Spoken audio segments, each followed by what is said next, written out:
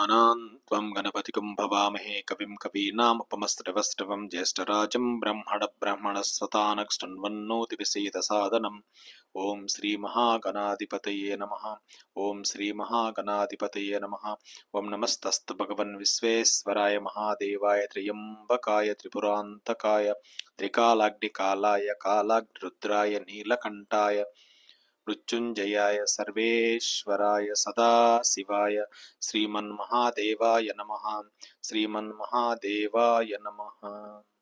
ఒక కార్యక్రమాన్ని మొదలు పెడుతున్నప్పుడు ఇక భగవన్నామం ఎందుకు చేసుకోవాలంటే మనము ఆత్మను శుద్ధి చేసుకోవాలి. మనలో ఈశ్వరుడు ఆత్మరూపంలో ఉంటాడు కాబట్టి అందరి హృదయాలలో నేను చెబుతూ ఉంటే నా హృదయములో, మీరు వింటూ ఉన్నటువంటి మీ హృదయములో ఈశ్వరుడు దేదీప్యమానంగా వెలుగుతూ ఉంటాడు. ఒక వెలుగు, ఆ జ్యోతి ఈశ్వరుడు. అందరి రూపంలో ఎట్లుంటాడు ఈశ్వరుడు? జ్యోతి స్వరూపంలో ఉంటాడు. అందుకే శ్రీశైలంలో జ్యోతిర్లింగం ఉందన్నమాట. అక్కడ శంకరాచార్యులు శివానందలహరి అనే అద్భుతమైన గ్రంథాన్ని రాశాడు. దీంట్లో ఒక శ్లోకం ఉంటుంది. సంధ్యారంభ విజృంభితం శృతి శిరస్థానంతరాధిష్ఠితం సత్ప్రేమ భ్రమరాభిరామమసకు సద్వాసనా శోభితం భోగీంద్రాభరణం సమస్త సుమన పూజ్యం గుణావిష్కృతం శివే శ్రీగిరి మల్లికార్జున మహాలింగం శివాలింగితం. కాబట్టి నిరంతరము ఈశ్వరుణ్ణి హృదయంలో స్మరణ చేస్తూ ఉంటే మనకు ఏ సమస్య రాకుండా ఉంటుందని శంకరాచార్యులు శివానంద లహరిలో 51వ శ్లోకంలో చెప్పడం జరిగింది. కాబట్టి జ్యోతి స్వరూపములో ఈశ్వరుడు అందరి హృదయాల్లో ఉంటాడు. కాబట్టి శ్రీశైలంలో వెలిసిన లింగమే జ్యోతిర్లింగం, మల్లికార్జున లింగం జ్యోతిర్లింగం. కాబట్టి కార్తీక మాసంలో అందరూ జ్యోతులు పెడుతూ ఉంటారు. ఏంది జ్యోతి గురించి ఎందుకు మాట్లాడుకోవాలి? భాగవత సప్తాహ మధ్యములో ఇక్కడ ఏం జరుగుతుంది? సూతుడు శౌనకాది మహామునులకు చెప్తున్నాడు. ఏమని చెప్తున్నాడు? 2వ స్కందములో 90వ శ్లోకం దగ్గర చెప్తున్నాడు. సూతుడు శౌనకాది మహామునులకు ఏమని చెప్తున్నాడు? శుకబ్రహ్మ పరీక్షిత్తు మహారాజుకు చెప్తున్నాడు. శుకబ్రహ్మ ఏమని చెప్తున్నాడు? ఈ సృష్టి ఎట్టెట్లా ఏర్పడిందని బ్రహ్మ నారదునికి చెప్తున్నాడు. బ్రహ్మకు నారదునికి మధ్య సంవాదమే శుకబ్రహ్మ పరీక్షిత్తు మహారాజుకు తెలియజేస్తున్నటువంటి విషయాన్ని సూతుడు శౌనకాది మహామునులకు నైమిషారణ్యంలో చెప్తున్నాడు. కాబట్టి ఈ కార్తీక మాసంలో ప్రతి ఒక్కరు ఇంటి ముందర జ్యోతులు పెడుతూ ఉంటారు, దీపాలు పెడుతూ ఉంటారు. నువ్వు దీపం పెట్టు తప్పులేదు, ఇంట్లో దీపం పెట్టు తప్పులేదు, గుడిలో దీపం పెట్టు తప్పులేదు. కానీ నీలో ఉండే దీపాన్ని ఒక భగవన్ నామముతో చక్కగా ఉదయము, మధ్యాహ్నము, సాయంత్రం పూట 6 తర్వాత చక్కగా ఎవరూ లేని స్థలంలో సెల్ ఆఫ్ చేసి డోర్లు వేసుకొని చక్కగా ఓం నమ శివాయ, ఓం నమో నారాయణాయ. మా గండి రామకృష్ణ స్వామి వారు చెప్తూ ఉంటారు, అసుర సంధ్య వేళ శివుని ఉపాసన చాలా మంచిదండి. అసుర సంధ్య వేళ శివుని ఉపాసన చేయాలంట. అంటే 6 తర్వాత ఈశ్వరుణ్ణి హృదయంలో చక్కగా ధ్యానం చేయమని మా గండి రామకృష్ణ స్వామి వారు భూమానంద ఆశ్రమం, కడప జిల్లా వేంపల్లి దగ్గర పాపాగ్ని తీరములో భూమానంద ఆశ్రమం. ఆయన గురువు వచ్చి సాధు రామయ్య, అలాగే శంకరానంద స్వామి, వారి శిష్యుడే భూమానంద. ఆశ్రమంలో ఉన్నటువంటి బ్రహ్మలీన శ్రీ శ్రీ శ్రీ సద్గురుదేవులు రామకృష్ణానంద స్వాములు వారు. ఆయన అనుగ్రహంతోనే ఈనాడు మనం ఈ భాగవతం చెప్తున్నాం. 2 మాటలు మాట్లాడుతున్నానంటే గురుదేవుల అనుగ్రహంతో నాకు 5, 6 తరగతుల్లోనే అక్కడ భగవద్గీత ప్రాప్తి కలిగింది ఆ ఆశ్రమంలో. కాబట్టి సద్గురుదేవులు ఈ వైపు భాగవత సుధా, భాగవత గంగా, జనప్రియ గీతోపన్యాసాలు, జనప్రియ గీతోపన్యాసాలు, పక్షపాతరహిత అనుభవ ప్రకాశము, నిత్యరదాసు రచన విచార సాగరము, ఇటువంటి ఎన్నో గ్రంథాలు స్వాముల వారు రాశారు. ఆ గ్రంథాలు చదివితే మనకు భగవంతుడు అంటే ఏమిటో తెలుస్తుంది. ఈ వద్దు భాగవతములో 2 మాటలు నేను నాతో ఈశ్వరుడు పలికిస్తున్నాడంటే ఆ సద్గురుదేవుల గ్రంథాలు చదివి అక్కడ అనుష్ఠానము, ధ్యానము, గాయత్రి మందిరంలో చేసి ఆ దివ్య శక్తి నాతో ఈ భాగవతాన్ని చెప్పిస్తున్నది. కాబట్టి కార్తీక మాసంలో ఉదయం 6 లోపల, సాయంత్రం 6 తర్వాత చక్కగా ఒక పంచాక్షరి కానీ, ఒక ద్వాదశాక్షరి కానీ, ఒక అష్టాక్షరి కానీ, గాయత్రి కానీ, మృత్యుంజయ మహామంత్రాన్ని కానీ, రామమంత్రాన్ని కానీ, ఏ మంత్రాన్నైనా చక్కగా మనము జపము, తపము చేయొచ్చు. కాబట్టి ఇక్కడ 2వ స్కందములో చెప్తున్నాడు, బ్రహ్మ చెప్తున్నాడు ఎవరికి? తన బ్రహ్మమానస పుత్రుడైనటువంటి నారదునికి చెప్తున్నాడు. ఏమని? నీలకంతరునకు నీకు నాకు సనత్కుమార ముఖ్య సుత సమాజమునకు ధర్మ సత్వ బుద్ధి తత్వములకు ఈశ్వరాత్మ వినుము పరమమైన నెలవు. ఏం చెప్తున్నాడు? ఈశ్వరాత్మ వినుము పరమమైన నెలవు. శివునికి నీకు నాకు సనత్కుమారుడు మొదలైన కుమార వర్గానికి, ధర్మానికి, సత్యానికి, విజ్ఞానానికి శ్రేష్టమైన మనికి పట్టు ఆ పరమేశ్వరుని ఆత్మే. చూడండి, అంతటా ఆత్మే అండి ఉండేది, అంతటా ఆత్మే. ఆతడే బ్రహ్మణ్య దైవము ఆది మూలమైన వాడు. ఆతడే బ్రహ్మణ్య దైవము ఆది మూలమైన వాడు. చూడు, ఆ బ్రహ్మణ్య దైవమే మనలో ఆత్మరూపములు ఉందని మనకు అన్నమాచార్య కీర్తనలో ఉన్నట్టు ఆ గరిమెల్ల బాలకృష్ణ ప్రసాద్ ఈ కీర్తన ద్వారా తెలియజేస్తున్నాడు మనకు. కాబట్టి ఎట్లున్నాడు? శివునికి అంటే ఈశ్వరునికి, నీకు నాకంటే బ్రహ్మకు నారదునికి, సనత్కుమారుడు మొదలైన కుమార వర్గానికి, ధర్మానికి, సత్యానికి ధర్మానికి, సత్వానికి, విజ్ఞానానికి శ్రేష్టమైన మనికి పట్టు ఆ పరమేశ్వరుని ఆత్మే అంట. కాబట్టి అందరూ ఆత్మస్వరూపులే, మానవులంతా ఆత్మస్వరూపులే. ఆ చైతన్య స్వరూపం మనలో ఉంటే శివం, అది వెళ్ళిపోతే శవం. కాబట్టి దీపం ఉండంగానే ఇల్లు చక్కబెట్టుకోవాలంటే మనకు ఆరోగ్యం బాగా ఉన్నప్పుడే, దంతంబుల్ పడనప్పుడే, కాంతాసంగము మోయనప్పుడే, కురుల్ వెల్వెల్ల పోనప్పుడే అని చూడండి ఎంత చక్కగా ఉందో పద్యం. కాబట్టి పనులు ఉండంగానే, చేతులు వనకకముందే, కాళ్ళు చేతులు పడిపోకముందే, వెంట్రుకలు రాలిపోకముందే, తెల్లంగా కాకముందే భగవంతుణ్ణి నీలో స్మరణ చేసుకో, జపం చేసుకో, అనుష్ఠానం చేసుకో. నువ్వు సంపాదించే ఆస్తి ఏమన్నా ఉందంటే విద్యా ప్రకాశనగిరి స్వామి వారు చెప్తుంటారు. సుఖబ్రహ్మ పీఠాధిపతులు బ్రహ్మలీన శ్రీ శ్రీ శ్రీ విద్యా ప్రకాశనగిరి స్వాముల వారు, ఆయన మలయాళ స్వాముల వారి శిష్యులు అన్నమాట.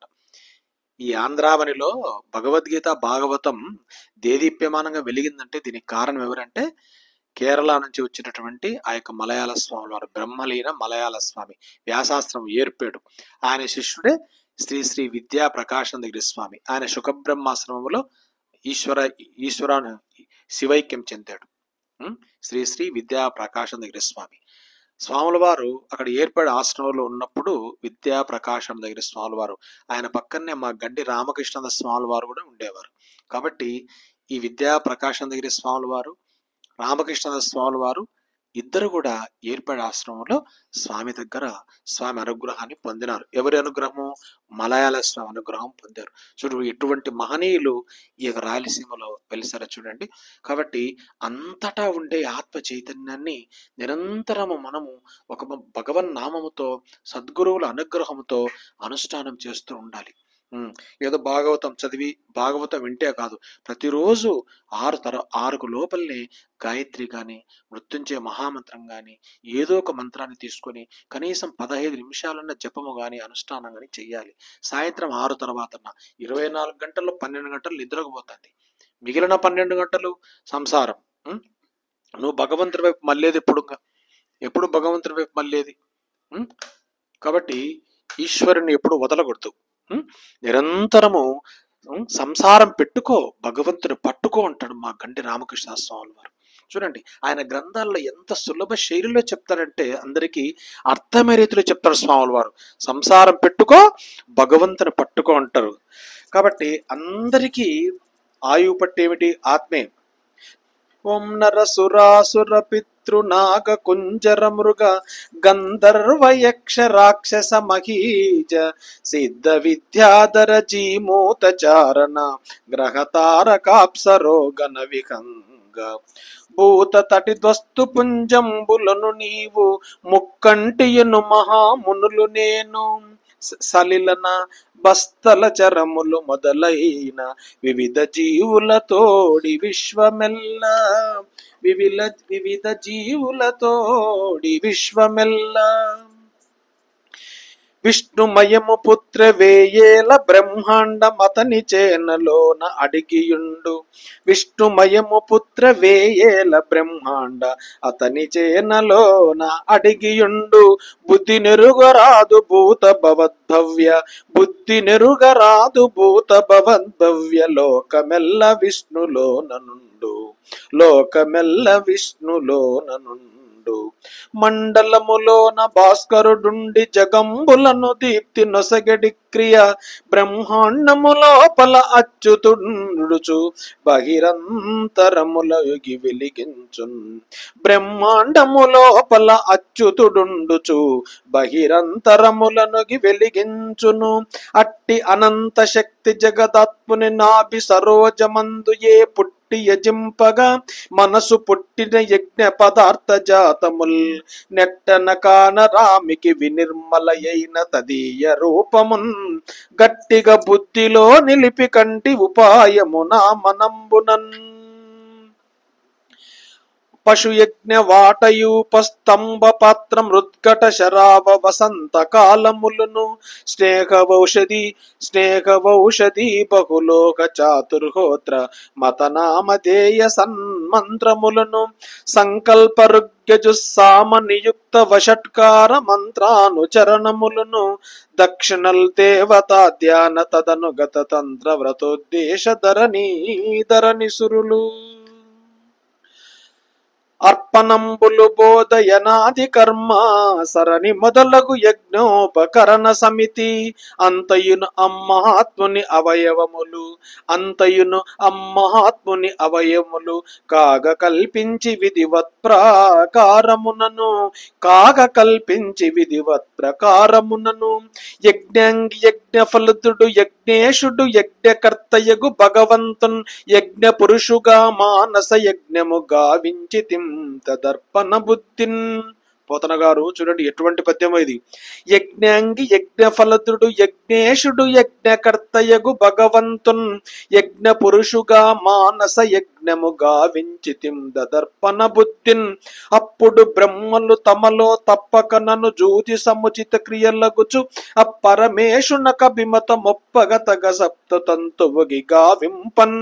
మనువులు దేవదానువులు మానవ నాటులు మతకోటి దారణయము వారి వారికి ప్రియంబగు దేవతలన్ భజించుచున్ గణతర నిష్ట యజ్ఞముల, గణతర నిష్ట యజ్ఞముల గైకొని చేసిరి తత్ఫలంబుల అయ్యనుప, తత్ఫలంబులయ్యనుప మూర్తి యజ్ఞమయుడైన రమావరునందు చందకన్. సువ్యక్త తంత్ర రూపకు అవ్యక్తుడనంతటబుడచ్యుతుడీషుండవ్యయుడుగు హరిసురగన సేవ్యుడు కథఫలదుడగుట చేసిరి ముఖముల్, క్రతఫలదొడగుట చేసిరి ముఖముల్. అగునుండగు పరమేశుడు, అగునుండగు పరమేశుడు జగముల కల్పించు కొరకు చతురత మాయా సగునుండగు గావు నగరి, సగునుండగు కావు నగరి భగవంతుడనగ బరిగే భవ్య చరిత్ర, భగవంతుడనగ బరగే భవ్య చరిత్ర. విశ్వాత్ముడు విశ్వేశుడు విశ్వమయుండకిల నేత విష్ణుడజుండి విశ్వములో తానుండును విశ్వము తలనోన జాల వెలుగుచు ఉండన్. ఏం పద్యమయ్యేది? విశ్వాత్ముడు విశ్వేశుడు విశ్వమయుండకిల నేత విశ్వడజుండి విశ్వములో తానుండును విశ్వము తలనోన జాల, విశ్వము తనలోన జాల వెలుగుచు ఉండన్. అతనిని యుక్తి చెంది సచరాచర భూత సమేత్ర సృష్టినే వితతముగా సృజింతు ప్రభ విష్ణుండు. విష్ణుండు ప్రోచు పార్వతీపతిలయ మొందజేయుగరి పంకరు హోదరుడాదిమూర్తి అచ్యుతుడు త్రిశక్తి యుక్తుడగుచుండును ఇతంతకు దాన మూలమై, త్రిశక్తి యుక్తుడగుచుండును ఇంతకు దాన మూలమై. వినువచ్చా వినువచ్చా నీవు నన్నడిగిన ప్రశ్నకు ఉత్తరంబు కేవల పరమంబును బ్రహ్మంబి, పరమంబును బ్రహ్మంబి అఖిలంబునకగు ఆధార హేతుభూతము సుమ్మీ సుమ్మీ. ఈ యొక్క 2వ స్కందములో 90వ పద్యము నుండి 102 వరకు పోతన గారు ఏమి తెలియజేస్తున్నారంటే, అయ్యా జగత్తులో ఉండే ఈశ్వరుడు నీకు నాకంటే బ్రహ్మ నారదుడు శివునికి, బ్రహ్మకు, నారదునికి, సనత్ కుమారుడు మొదలైన కుమార వర్గానికి, ధర్మానికి, సత్వానికి, విజ్ఞానానికి శ్రేష్టమైన మనికి పట్టు ఎవరయ్యా అంటే ఆ పరమేశ్వరుని ఆత్మే. కాబట్టి దేహం ఈ రోజు ఉంటుంది, రేపు పోతుంది. నిరంతరం ఉండేది ఏమిటి? ఆత్మే. కుమార చెప్తున్నాడు. ఎవరు చెప్తున్నారు? బ్రహ్మ నారదునికి చెప్తున్నాడు. కుమార, మానవులు, దేవతలు, దానవులు, పితరులు, ఉరగులు, గజాలు, మృగాలు, గంధర్వులు, యక్షులు, రాక్షసులు, వృక్షాలు, సిద్ధులు, విద్యాధరులు, మేఘాలు, చారణులు, గ్రహాలు, నక్షత్రాలు, అచ్చరలు, పక్షులు, భూతగణాలు, మెరపులు, కనకాది ధన రాసులు, నీవు, శివుడు, మహర్షులు, నేను, నీళ్లలోను, ఆకాశంలోను, భూమి మీద సంచరించే వివిధ ప్రాణులతో కూడిన ఈ ప్రపంచమంతా విష్ణుమయమే. 1000 మాటలెందుకు? బ్రహ్మాండ భాండాలన్నీ అతని చేనులో ఇమిడిపోతాయి. కేవలం బుద్ధి బలంతో మనం ఆ దేవదేవుని తెలుసుకోలేము. సో కడచన్నవి, ఇప్పుడున్నవి, రానున్నవి ఆయన లోకాలన్నీ విష్ణువులోనే ఉన్నాయంట. అంటే దీన్ని బట్టి మనకి ఏమర్థమవుతుంది? మాకంటే రామకృష్ణ స్వామి వారు ఎప్పుడు చెప్తుంటారు ఆయన ప్రవచనాల్లో, విశ్వమే ఆయన అయినప్పుడు విశ్వంలో కాంతి ఏముంది? కాబట్టి ఈ విశ్వమంతటా ఆ ఈశ్వరుడు చైతన్య రూపంలో ఉన్నాడంట. ఇప్పుడు చెప్పుకున్నాం కదా, దేవతల్లో ఉండేది ఆయనే, మానవుల్లో ఉండేది ఆయనే, పక్షుల్లో ఉండేది ఆయనే, జంతువుల్లో ఉండేది ఆయనే, మెరుపుల్లో కూడా ఆయనే అంట. బ్రహ్మాండాలంతా ఆయనే, పిండాండాల ఆయనే. అంటే ఇప్పుడు ఉండేటివి, వచ్చేటివి, లోకాలన్నిట్లో ఆ ఈశ్వరుడు దేదీప్యమానంగా ఆత్మరూపములో ఉన్నాడు. ఇందుగలడందులేడని సందేహము వలదు చక్రి సర్వోపగతుండు, ఎందెందు వెదకినా అందందే గలడు దానవాగ్రని వింటే.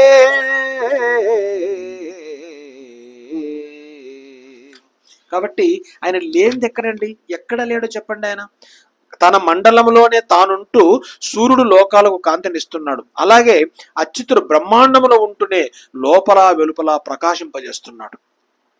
మనం ఆహారం తింటామండి, తిన్న ఆహారం జీర్ణమవుతుందంటే ఆయనే. మన కన్ను కనిపిస్తుందంటే ఆయనే. మాట్లాడుతున్నామంటే ఆయనే. చెవు వినిపిస్తుందంటే ఆయనే. మూత్రద్వారం, మలద్వారం పనిచేస్తున్నాయంటే ఆయనే. మనలో ఉండే చైతన్యం ఎప్పుడైతే బయటికి పోతుందో దేహం పనిచేయదు. బాడీ బికమ్ శవం అయిపోతుంది, డెడ్ బాడీ అయిపోతుంది. Living body become dead body. కాబట్టి ఆయన ఉంటే శివం మనలో, ఆయన వెళ్ళిపోతే శవం. కాబట్టి అంతటా ఒకే పరబ్రహ్మం ఉంది. ఆతడే బ్రహ్మణ్య దైవము ఆది మూలమైన వాడు అన్నమే చెప్తాడు. కాబట్టి అంతటా ఆయనే ఆత్మరూపంలో ఉన్నాడని పోతన గారు ఈ భాగవతంలో చెప్తున్నాడు. భగవద్గీత సిద్ధాంత గ్రంథం అయితే భాగవతము దృష్టాంత గ్రంథం. అక్కడ భగవద్గీతలో ఏం చెప్పాడు? నైనం చిందంతి శస్త్రాన్ని నైనం దహతి పావక నచైనం క్లేదయంత్యపో నశోషైతి మారుత అన్నాడు. ఆత్మకు చావు లేదన్నాడు.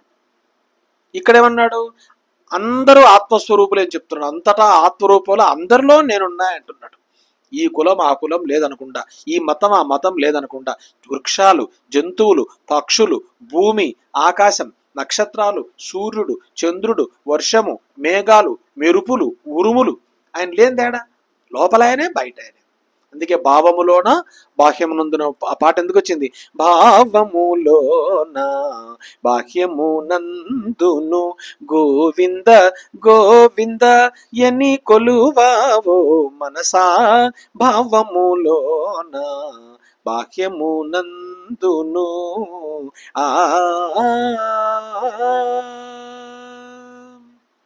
కాబట్టి భావములో ఆయనే, బాహ్యములో ఆయన, అంటే లోపల ఆయనే, బయట ఆయనే. అంటే మనలో వసించి నివసించేవాడు వాసుదేవుడు. ఆయన ఎట్టుంటాడు? ఆత్మరూపంలో ఉంటాడని బ్రహ్మ నారదునికి ఈ విషయాలు చెప్తున్నట్లు శుకబ్రహ్మ పరీక్షితు మహారాజు చెప్తూ ఉంటే సూతుడు శౌనకాది మహామునులకు నైమిషారణ్యంలో ఈ భాగవతాన్ని చెప్తూ ఉన్నాడు. కాబట్టి అటువంటి అనంత శక్తి గల విశ్వాత్మని బొడ్డు తామరలో నేను పుట్టాను చెప్తున్నాడు బ్రహ్మ. ఎక్కడ పుట్టా? నేను నారాయణుని బొడ్డులోంచి బ్రహ్మ వచ్చాడంట. నాకు యజ్ఞం చేయాలనే బుద్ధి పుట్టింది, కానీ యజ్ఞానికి అవసరమైన పదార్థాలు ఏవి నాకంటే కనిపించలేదు. అప్పుడు అతి స్వచ్ఛమైన ఆ భగవంతుని స్వరూపాన్ని దృఢంగా బుద్ధిలో నిలిపి ధ్యానం చేశాను. అప్పుడు నా మనస్సులో ఒక ఉపాయంతో వచ్చింది. ఎప్పుడైతే నారాయణుని నాభికమలం, నాభి అంటే బొడ్డు, బొడ్డులోంచి బ్రహ్మ పుట్టాడో అప్పుడు ఆయనకు యజ్ఞం చేయాలనే ఆలోచన వచ్చిందంట. కాబట్టి అప్పుడు కానీ ఆయనకు అప్పుడు యజ్ఞం చేయాలా వెంటనే అనుకుంటే ఆ పదార్థాలన్నీ కనిపించలేదంట. అప్పుడు ఆ భగవంతుడి స్వరూపాన్ని బుద్ధిలో నిలిపి ధ్యానం చేశాడు. చూడండి, బ్రహ్మే ధ్యానం చేశాడు ఎవరిని? ఈశ్వరుణ్ణి. మనం ఎందుకు ధ్యానం చేయకూడదు? చూడండి, బ్రహ్మ సృష్టి స్థితి లయాలు, ఈ సృష్టికి కారణం బ్రహ్మే. మరి ఆయనే భగవంతుడు ధ్యానం చేసిన మనం ఎందుకు ధ్యానం చేయకూడదు? మనం కూడా ధ్యానం చేయాలి. అప్పుడు నా మనస్సులో ఒక ఉపాయం తోచింది. ఏమిటయ్యా అంటే, యజ్ఞ పశువులు, యాగశాల, యూపస్తంభము, పాత్రలు, మట్టి కుండలు, మూకుళ్ళు, యాగానికి తగిన వసంత ఋతువు, నేయి, ఒడ్లు మొదలైన ఓషధులు, కాంచనాదులైన వివిధ లోహాలు, నలుగురు హోతలతో కూడిన దర్శపూర్ణ మాసాది కర్మలు, జ్యోతిష్ఠోమాది నామాలు, మంత్రాలు, సంకల్పము, ఋగ్యజుస్సామ వేదాల్లోని విషట్కారాలతో కూడిన మంత్రాలు, యాగ దక్షిణలు, దేవతా ధ్యానము, దానికి తగిన తంత్రాలు, వ్రతాలు, భూసురులు, దేవతల ఉద్దేశించి చేసే కర్మ సమర్పణము, బోధయనాది కల్ప గ్రంథాలలోని కర్మక్రమము, యజ్ఞానికి కావలసిన ఇతర సంభారాలు, ఇవన్నీ ఆ పరమేశ్వరుని అవయవాలుగా కల్పించాను. ఆపై శాస్త్రోక్త విధి అనుసరించాను. ఇప్పుడు యజ్ఞం చేయాలంటే ఇవన్నీ కావాలి కదా. ఆయన ఏమనుకున్నాడు? ఇవన్నీ కూడా ఆ పరమేశ్వరుని అవయవాలుగా కల్పించాను. అంటే యజ్ఞము చేసేవాడు ఆయనే, చూసేవాడు ఆయనే, ఈ వస్తువుల్లో ఉండేది ఆయనే. సర్వం కల్పితం బ్రహ్మ నేహ నానాస్తికించిన. సర్వం కల్పితం బ్రహ్మ. చూడండి, ఒకే పరబ్రహ్మ అంతటా ఉండేది. వస్తువుల్లో ఉండేది ఆయనే, మనలో ఉండేది ఆయనే, అన్ని వస్తువుల్లో ఆయనే ఉండేది. వేదం కూడా నేనే అన్నాడు ఆయన భగవద్గీతలో. ఋక్ యజుస్సామ వేదం నేనే. చూడండి, వేద వేద విదవ్యంగో వేదాంగో వేదవాహనగా. వేదాన్ని ఎవరు రాయలేదండి, వేదవ్యాసుడు వేదాన్ని రాయలే. ఈశ్వరు నుంచి వేదాలు వచ్చాయి. కానీ వేదాన్ని 4 భాగాలుగా విభజించాడు వ్యాసుడు ఆయన శిష్యులతో. పైలుడు, వైశంపాయనుడు, జైమిని, సుమంతుడు, ఇట్లా 4 కలిసి ఋగ్వేదం, యజుర్వేదం, సామవేదం, అధురణ వేదం. అంటే యజ్ఞం చేసేటప్పుడు యజ్ఞకుండానికి 4 దిక్కుల 4 ఉంటారు కాబట్టి 4 శిష్యులతో 4 భాగాలుగా వేదాన్ని ఏర్పాటు చేశాడు. అంటే వేదం రాసింది ఈశ్వరుడు, స్వయంభు అనమాట. అది స్వయంభూ లింగాలు అంటాం. అట్లాగా స్వయంభు దాన్ని 4 భాగాలుగా చేసింది వేదవ్యాసుడు ఆయన శిష్యులతో. కాబట్టి యజ్ఞం ఎప్పుడైతే చేయాలనుకున్నాడు, ఇవన్నీ లేవు కదా, ఇవన్నీ ఆయనే కదా అని అనుకున్నాడు. ఎవరు? బ్రహ్మ.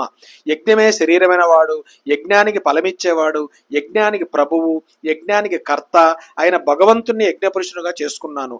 ఆ యజ్ఞాన్ని ఆయనకే అర్పించాలన్న బుద్ధితో మానస యజ్ఞం చేశాను. చూడండి, ఇక్కడ ఎంత మనం జాగ్రత్తగా తెలుసుకోవాలి. ఇప్పుడు యజ్ఞం చేయాలంటే చాలా వస్తువులు కావాలి.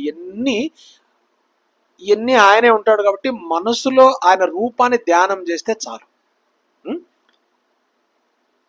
ఆ యొక్క ఈశ్వర రూపాన్ని హృదయంలో ధ్యానం చేస్తే, ఒక రామునిగా ధ్యానం చేస్తావా చెయ్యి, ఒక కృష్ణునిగా ధ్యానం చేస్తావా చెయ్యి, ఒక శివునిగా ధ్యానం చేస్తావా చెయ్యి, ఒక అమ్మవారుగా ధ్యానం చేస్తావా చెయ్యి, నీకు నచ్చిన రూపాన్ని ఒక వినాయకునిగా ధ్యానం చేస్తావా చెయ్యి, సత్యనారాయణ స్వామి, వరదరాజస్వామి, నరసింహస్వామి, వెంకటేశ్వర స్వామి, ఒకే పరబ్రహ్మము కాణిపాకములో వినాయకుడైతే ఒకే పరబ్రహ్మం శ్రీశైలంలో లింగమైంది. అదే పరబ్రహ్మం తిరుమలలో విగ్రహమైంది వెంకటేశ్వరుడు. అదే పరబ్రహ్మం భద్రాచలంలో అయోధ్యలో రాముడైంది, విజయవాడలో అమ్మవారైంది. కాబట్టి ఒకే కరెంటు బల్బులు వేరే, ఒకే మట్టి కుండలు వేరే, ఒకే బంగారం వస్తువులు వేరే. కాబట్టి అప్పుడు ఆయన ఏం చేస్తాడు? ఈ వస్తువులంతా ఉండేది ఆయనే కాబట్టి, యజ్ఞపురుషుడు ఆయనే కాబట్టి ఆయన రూపాన్ని హృదయములో మానసికంగా ధ్యానం చేశారంట. కాశీకి పోకపోయినా హృదయంలో లింగస్వరూపాన్ని అనుకుంటే కాశీకి పోయినట్టే, శ్రీశైలం పోకపోయినా శ్రీశైలంలో లింగ రూపాన్ని స్మరణ చేస్తే శ్రీశైలం పోయినట్టే. అట్లాగా ధ్యానించారంట ఆయన. కాబట్టి ఈ యజ్ఞాన్ని ఆయనకి అర్పించాలన్న బుద్ధితో మానస యజ్ఞం చేశారంట. ఎవరు? బ్రహ్మ చేశాడు. అప్పుడు మరీచి మొదలైన ప్రజాపతులు నేను చేసిన యాగం చూచి తాము కూడా ఉత్సుకులై ఆ భగవానుడికి ప్రీతి కలిగేటట్లు యజ్ఞం చేశారు. ఈయన చేసేది మరీచికి వాళ్ళందరికీ తెలిసిపోయింది. ఈయన చేసే మానస యజ్ఞం అంటే మనం చేసేది పుణ్యకర్మైనా పాపకర్మైనా భగవంతుడు తెలుస్తుందంట. చూడండి, బ్రహ్మ చేసే యజ్ఞం గురించి అందరూ మహర్షులకు తెలిసిపోయింది. కాబట్టి వాళ్ళందరూ కూడా ఆయనకు ప్రీతి కలిగేటట్లు వాళ్ళు కూడా యజ్ఞం చేశారు. అది చూసి స్వయంభువుడు మొదలైన మనువులు, దేవతలు, దానవులు, రాజులు, మనుష్యులు వీరందరూ వాళ్ళకి ఇష్టమైన దేవతలను కొలుస్తూ సాటి లేనివాడు యజ్ఞస్వరూపుడైన లక్ష్మీనాథునికే ఫలం చెందినట్లుగా మహానిష్ఠతో యజ్ఞాలు చేశారు. కాబట్టి భగవంతుణ్ణి నువ్వు గుడికి వెళ్ళినా వెళ్ళకపోయినా హృదయంలో స్మరణ చేస్తే చాలన్నాడు. ఎందుకు? భగవద్గీతలో మోక్ష సన్యాసంలో చెప్తారు కదా, ఈశ్వర సర్వభూతానాం హృద్దేశే అర్జున తిష్టతి బ్రాహ్మయన్ సర్వభూతాని యంత్రారూఢాని మాయ అన్నాడు.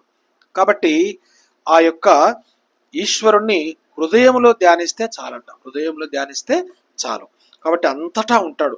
మానసికంగా చేశాడు ఈశ్వరుడు ఎవరు? బ్రహ్మ.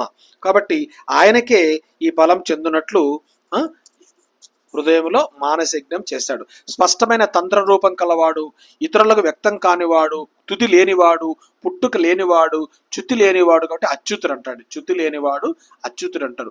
జగదీశ్వరుడు అవ్యయుడైన శ్రీహరి దేవతలకు సేవింపదగినవాడు. యజ్ఞ ఫలాలను అనుగ్రహించేవాడు కావడం వల్ల పైన చెప్పిన వారందరూ ఆయనను ఉద్దేశించే యజ్ఞాలు చేశారు. కాబట్టి ఎవరు ఈశ్వరుడు అంటే స్పష్టమైన తంత్ర రూపం కలవాడు. ఆయనకు ఒక రూపం ఉంటుంది, ఇతరులకు కనపడడు, తుది లేనివాడు, పుట్టకు లేనివాడు. భగవంతుడు పుట్టేదిలా చచ్చేదిలా ఎప్పటికీ నిరంతరం ఉంటాడు. చ్యుతి లేనివాడు జగదీశ్వరుడు ఆయనే. అవ్యయుడు అంటే నశించని వాడు ఆయనే. కాబట్టి ఆ యొక్క ఈశ్వరుణ్ణి మనము నిరంతరము ఆత్మరూపంలో మనలో ఉన్నాడు. కాబట్టి దీపం ఉండంగానే ఇల్లు చక్కబెట్టుకోవాలన్నట్లు ఈ దేహం ఉండంగానే ఈశ్వరుని చక్కగా మనం కూడా ఏ విధంగా బ్రహ్మ ధ్యానం చేశాడో మనం కూడా భగవంతుని ధ్యానం చేయాలి.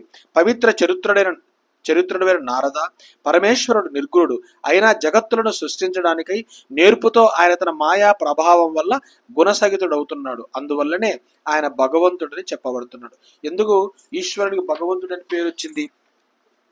పవిత్ర చరిత్రుడైన నారద పరమేశ్వరుడు నిర్గుణుడు అయినా జగత్తులను సృష్టించడానికి నేర్పుతో ఆయన తన మాయా ప్రభావం వల్ల గుణసహితుడు అవుతున్నాడు. అందువల్లనే ఆయన భగవంతుడు. అంటే విగ్రహ రూపం దాలుస్తాడు. ఆయన మనలో అందరిలో ఆత్మగా ఉంటాడు. అదే ఆత్మ గడ్డకట్టిన ఆధ్యాత్మిక తత్వమే శ్రీశైల మహాలింగం. గడ్డకట్టిన విగ్రహ రూపమే తిరుమల వెంకటేశ్వరుడు. గడ్డకట్టిన విగ్రహ రూపమే వినాయకుడు. గడ్డకట్టిన విగ్రహ రూపమే అమ్మవారు.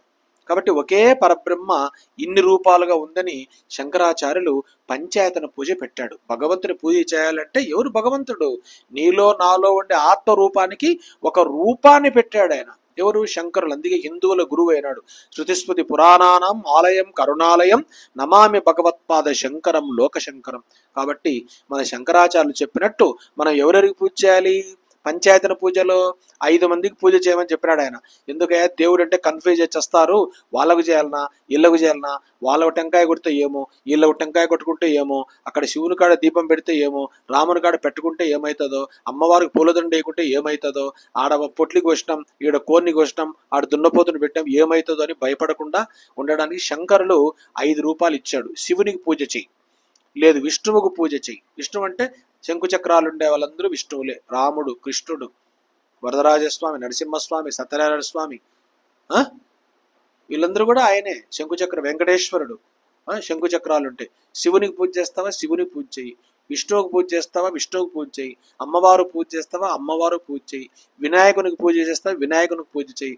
సూర్యునికి పూజ చేస్తావా? సూర్యునికి పూజ చేయి. ఈ 5 మందికైనా చెయ్యి. వీళ్ళలో ఒక్కరికి చేసినా ఒకటే. ఒకే కరెంటు బల్బులు వేరే. ఒకే రాయి శ్రీశైలంలో లింగమైంది, అదే రాయి కాణిపాకంలో వినాయకుడైంది, అదే రాయి తిరుమలలో వెంకటేశ్వరుడైంది, అదే రాయి భద్రాచలంలో రాముడైంది, అయోధ్యలో రాముడైంది, విజయవాడలో అమ్మవారైంది, కోనార్కులో సూర్యుడైంది. కాబట్టి రాయి ఒకటే, రూపాలు వేరే, కరెంట్ ఒకటే, బల్బులు వేరే, మట్టి ఒకటే, కుండలు వేరే, బంగారు ఒకటే, వస్తువులు వేరే. హిందువులు ఏ దేవుని పూజ చేయాలో మెంటల్ పెట్టి చేస్తున్నారు. చూడండి ఎంత శంకరులు ఎంత చక్కగా చెప్పాడు చూడండి. కాబట్టి శంకరాచార్యుల పటం ఇంట్లో పెట్టుకోండి. ఆయన రాసిన గ్రంథాలు చదవండి. భగవంతుడు అంటే తెలుస్తుంది. ఎవరు భగవంతుడు? మనలో బయట ఉండే ఆత్మస్వరూపంలో ఉండే ఈశ్వరుడే. నువ్వు ధ్యానం చేయాలంటే ఒక లింగాన్ని ధ్యానం చేయి, రాముని ధ్యానం చేయి, కృష్ణుని ధ్యానం చేయి, అమ్మవారిని ధ్యానం చేయి, వినాయకుని ధ్యానం చేయి, సూర్యుని ధ్యానం చేయి, ఎవరిని ధ్యానం చేయొచ్చు, మన ఇష్టం అది. కాబట్టి ఈ విధముగా పవిత్ర చరిత్రుడైన నారద ఈయన పేరే భగవంతుడని చెప్పబడుతున్నాడు. విశ్వానికి ఆత్మ అయిన వాడు, విశ్వానికి ప్రభువు. బ్రహ్మ చెప్తున్నాడు నారదంతో ఇవన్నీ. విశ్వానికి ఆత్మ అయిన వాడు భగవంతుడయ్యా అని చెప్తున్నాడు నారదుడు. అందుకే నారద ఆయన భగవంతుడు అన్నారు చూడండి. అన్ని సృష్టించేది ఆయనే. సృష్టి స్థితి లయాలకు ఆయనే కారణం. విశ్వానికి ప్రభువు ఆయన విశ్వరూపుడు, సమస్తానికి నాయకుడు ఆయన, పుట్టుక లేనివాడు ఆయన. విష్ణువు ఈ విశ్వములో ఉంటాడు. ఈ విశ్వం ఆయనలో మిక్కిలిగా ప్రకాశిస్తూ ఉంటుంది. చూడండి, విష్ణువు ఈ విశ్వములో ఉంటాడు కాబట్టి ఈ విశ్వం ఆయనలో మిక్కిలిగా ప్రకాశిస్తూ ఉంటుంది. ఉండేది విశ్వములో, ఆయనలో ఇది జ్యోతిప్యమానంగా వెలుగుతూ ఉంటుందంట. కాబట్టి బ్రహ్మ నారదునికి భగవంతుని విశేషాలని ఈ విధంగా తెలియజేస్తున్నాడు. అంటే ఆత్మరూపంలో ఉండే భగవంతుడు ఎక్కడ ఉంటాడు? విష్ణుడొక్కడే విశ్వాంతరాత్ముడు అని అన్నమయ్య చెప్తాడు. విష్ణుడొక్కడే విశ్వాంతరాత్ముడు, విష్ణువు విష్ణువని వెదకవేవో మనసా, భావములోన బాహ్యమునందును ఆ.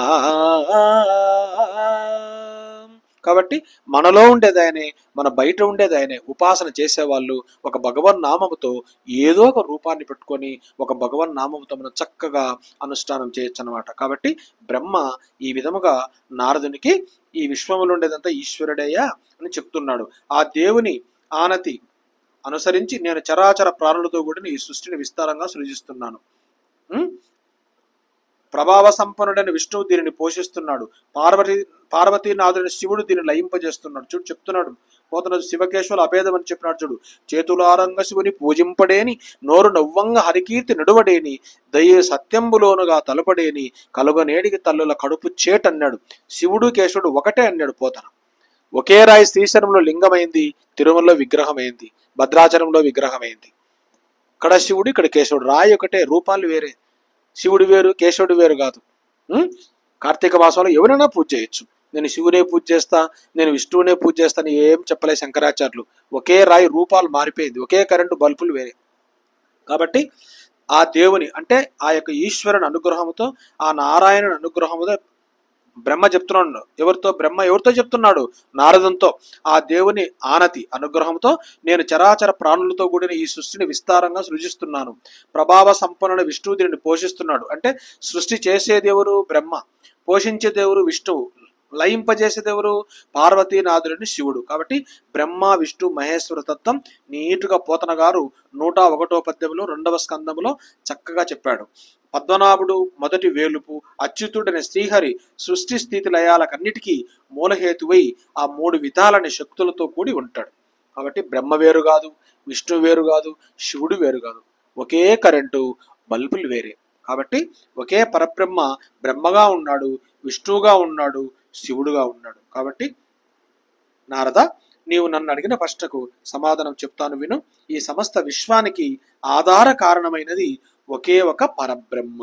కాబట్టి ఈ జగత్తంతా ఎవరితో నిండి ఉంది? పరబ్రహ్మతో నిండి ఉంది. కాబట్టి చెప్పేవాళ్ళలో, నాలో, వినేవాళ్ళలో, మీలో, చెట్లల్లో, పక్షుల్లో, జంతువుల్లో ఈ విశ్వమంతా భగవంతుడు పరబ్రహ్మ రూపంలో ఉన్నాడు. ఆ పరబ్రహ్మ రూపంలో ఉండే భగవంతుణ్ణి వేదముల్లో ఏమని చెప్పారు? ఆ పరబ్రహ్మమే శివుడు, ఆ పరబ్రహ్మమే విష్ణువు, ఆ పరబ్రహ్మమే అమ్మవారు, ఆ పరబ్రహ్మమే వినాయకుడు, ఆ పరబ్రహ్మమే సూర్యుడిని శంకరాచార్యులు చెప్పాడు. కాబట్టి ఇది పంచాయతన పూజ అయింది. 5 మందినైనా చేయొచ్చు, వీళ్ళలో ఏదో ఒకరినైనా మనము పూజ చేయొచ్చు. ఓం సర్వమంగళ మాంగళ్యే శివే సర్వార్థ సాధకే శరణ్యే త్రయంబకే దేవి నారాయణ నమోస్తుతే. హరి ఓం తత్సత్. ఓం శ్రీ కృష్ణార్పణమస్తు.